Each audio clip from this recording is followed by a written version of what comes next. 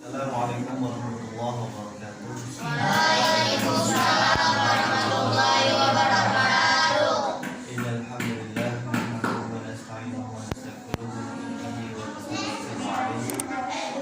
Alhamdulillah, insyaallah pada malam hari ini kita akan melanjutkan pembahasan dari pelajaran bahasa Arab yaitu pembahasan yang keempat. Pembahasan yang keempat dari bahasa Arab yaitu membahas tentang alif, lam. Alif dan lam ya. Nih, alif dan lam. Sebelum kita lanjutkan, alif lam ini ya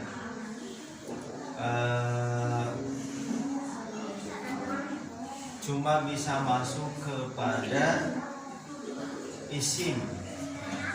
Apa itu isim? Isim itu adalah kata benda ya, kata benda. Paham kata benda? Ya, kosakata berbentuk benda, makanya disebutnya juga kata benda. Contohnya meja, kursi, kipas angin, pintu, ya, jendela, itu namanya apa? Isim. Atau bahasa Indonesianya adalah kata benda ya, kata yang berbentuk benda, paham kan? Benda kan itu ya, bukan kata kerja. Tahu kata kerja? Duduk ya kan, itu kata kerja. Duduk, berdiri, melihat, berjalan, itu namanya kata kerja untuk pekerjaan, paham ya? Alif lam ini cuma masuk kepada isim atau kata benda atau kepada lafaz yang berbentuk kata benda, paham ya? Nah, alif lam ini ya, ketika masuk kepada satu isim atau ketika masuk kepada satu kata benda, contohnya kita buat dari ini meja. Apa meja? Meja itu apa? Maktabun. Nah, kita lihat maktabun ya. Artinya apa? Meja. Maktabun artinya meja. Ini adalah isim. Kata benda kan? Coba. Benda kan ini? Benda mati. Maktabun. Ketika kemasukan alif lam ini, alif lam masuk kepada lafaz ini atau alif lam ini masuk kepada kata benda ini.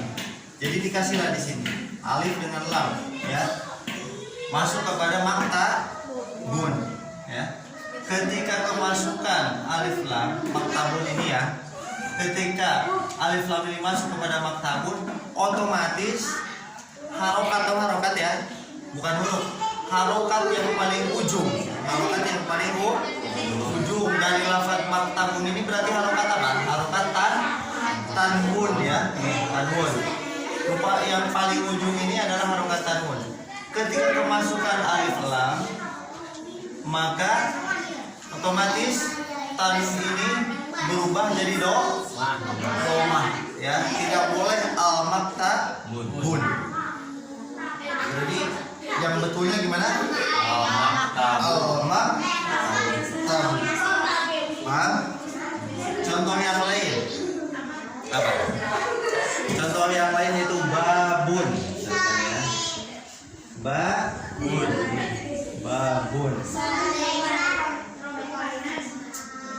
Babun ini artinya apa?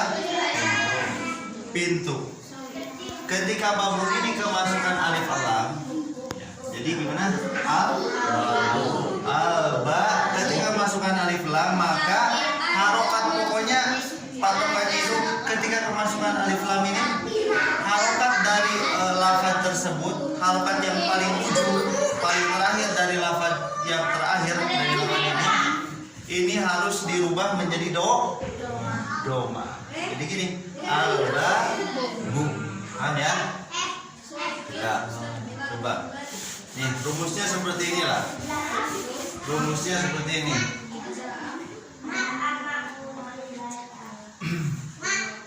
ya. Yang pertama ada dua berarti ya. Ada dua. Dari alif lamnya ada dua. Yang pertama, nanti ini yang kedua. Yang pertama dulu. Yang pertama, kalau ada alif lam, ini memakai doma, paham ya?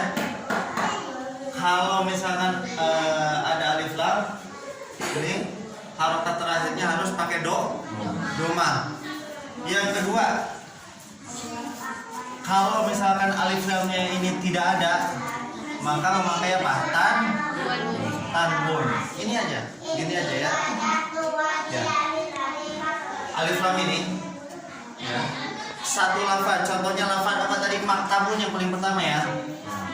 Maktabun.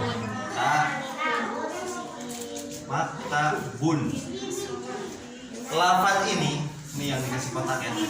Lafaz maktabun ini, kalau di awalnya itu ada alif lamnya, berarti harokat yang terakhirnya memakai apa? Domah ya. Ini rumusnya nih. Kalau ada alif lam, ini berubah jadi domah. Kalau alif lamnya tidak ada, berarti memakai apa? Tanbun. Paham ya? Lafaz apa saja. Nafidatun juga sama. Dari lafaz yang muannas nih. Nafidatun.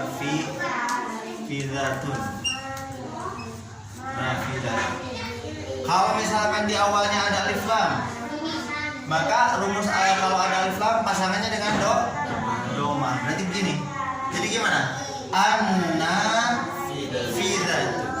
Kalau misalkan alif lamnya tidak ada nih, alif lamnya yang ini nih dari pembahasan sekarang, alif lamnya tidak ada. Misalkan tidak ada nih. Berarti kalau tidak ada, berarti memakai apa? Tanbun. Pakai tanbun. Paham? Paham ya? Ya. Contoh di dalam Al-Quran itu surah Al-Baqarah ayat yang kedua. Coba. Alif lam mim. Kemudian zalika. Coba lihat. Kita tulis saja. Zalika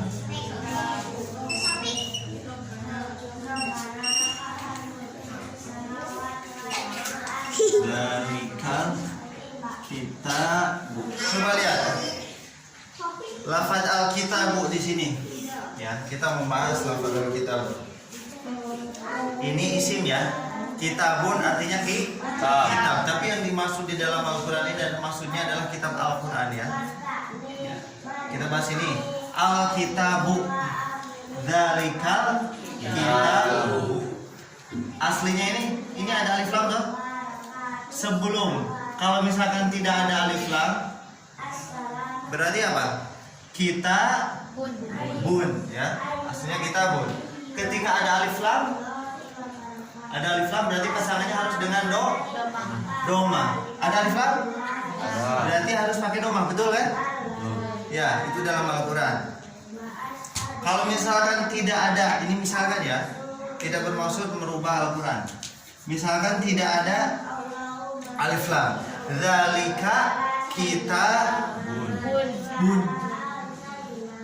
Kenapa di dalam Al-Quran ini ada alif lamnya? Ya, nanti dulu.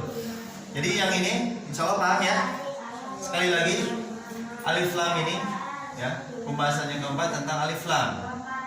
Ya. Yaitu ada dua rumus. Rumus yang pertama, pasangannya kalau misalkan alif lamnya ada, itu pasangannya dengan doma. Kalau misalkan alif lamnya tidak ada, maka di akhirnya memakai tanbun. Ya. Alif lam harus dengan doma. Berarti di tengah-tengahnya ya. Ya. Kitabun di sininya tuh ya. Kitabun apa lagi?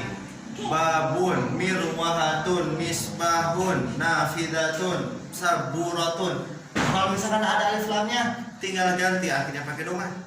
Kalau tidak ada alif lamnya, berarti akhirnya pakai tanbun. Paham ya? Nah, udah beres yang ini. Sengaja sekarang saya tidak menyebutkan maksudnya gimana kalau misalkan pakai alif lam. Kalau kita nanti sudah masuk kepada pelajaran ilmu alat ya, dari yang dasar dulu. Nanti untuk kedepannya pengenalan sedikit aja. Kalau misalkan ada alif lamnya, itu menunjukkan ma'rifat. Tahu ma'rifat?